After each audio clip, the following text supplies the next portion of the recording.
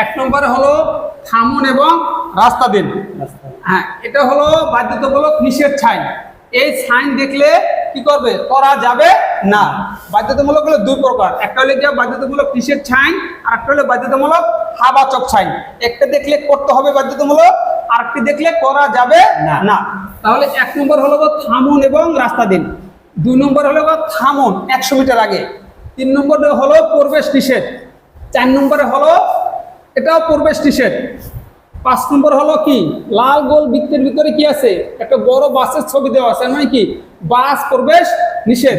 ছয় নম্বর হলো গিয়ে থামুন, সাত নম্বর হলো আপনার মোটর গাড়ি মানে ইঞ্জিন চালিত গাড়ি প্রবেশ নিষেধ। এটা দেখলে যে ইঞ্জিন চালিত গাড়ি প্রবেশ নিষেধ। আমাদের এখানে যে বাধ্যতামূলক যে বিষয় নিয়ে আলোচনা করেছি, আপনি এই বিষয়টা কি বুঝতে পারছেন কিনা? ছটা বুঝতে পারছেন কিনা? বুঝতে পারছেন? বুঝতে আমরা কিন্তু ক্লিয়ার হয় নাই। এর মানে কি লাল গোল বৃত্তের ভিতরে যা কিছু থাকবে সব প্রবেশ নিষেধ।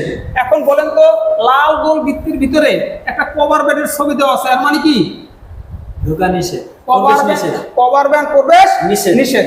আচ্ছা, এটা বলেন তো, এটা আপনি বলবেন আপনার মনে থেকে, যে লাল গোল বৃত্তের ভিতরে একটা ঠেলা গাড়ির যে ছবি দেওয়া আছে এবং একটা ক্রোক চিহ্ন দেওয়া আছে, এর মানে কি ঠেলা গাড়ি প্রবেশ নিষেধ। গুড, এর মানে ঠেলা গাড়ি প্রবেশ নিষেধ। তাই আমরা বুঝতে পেরেছি লাল গোল বৃত্তের ভিতরে যা কিছু থাকবে সব প্রবেশ নিষেধ। সেক্ষেত্রে যদি মানুষ থাকে মানুষ প্রবেশ নিষেধ, ঠেলা গাড়ি থাকলে ঠেলা গাড়ি প্রবেশ নিষেধ, গাড়ি থাকলে গাড়ি প্রবেশ নিষেধ, যা কিছুই থাকবে তাই প্রবেশ নিষেধ। আর প্রিয় ভিউয়ার্স, আপনারা যদি আমাদের এরকমের নিত্য নতুন ভিডিও পেতে চান বা আমাদের এই ক্লাসগুলো যদি ভালো লেগে থাকে, অবশ্যই লাইক কমেন্ট শেয়ার করবেন এবং পরবর্তী ভিডিও পাওয়ার জন্য আমাদের পেজটিকে ফলো দিয়ে পাশে থাকবেন।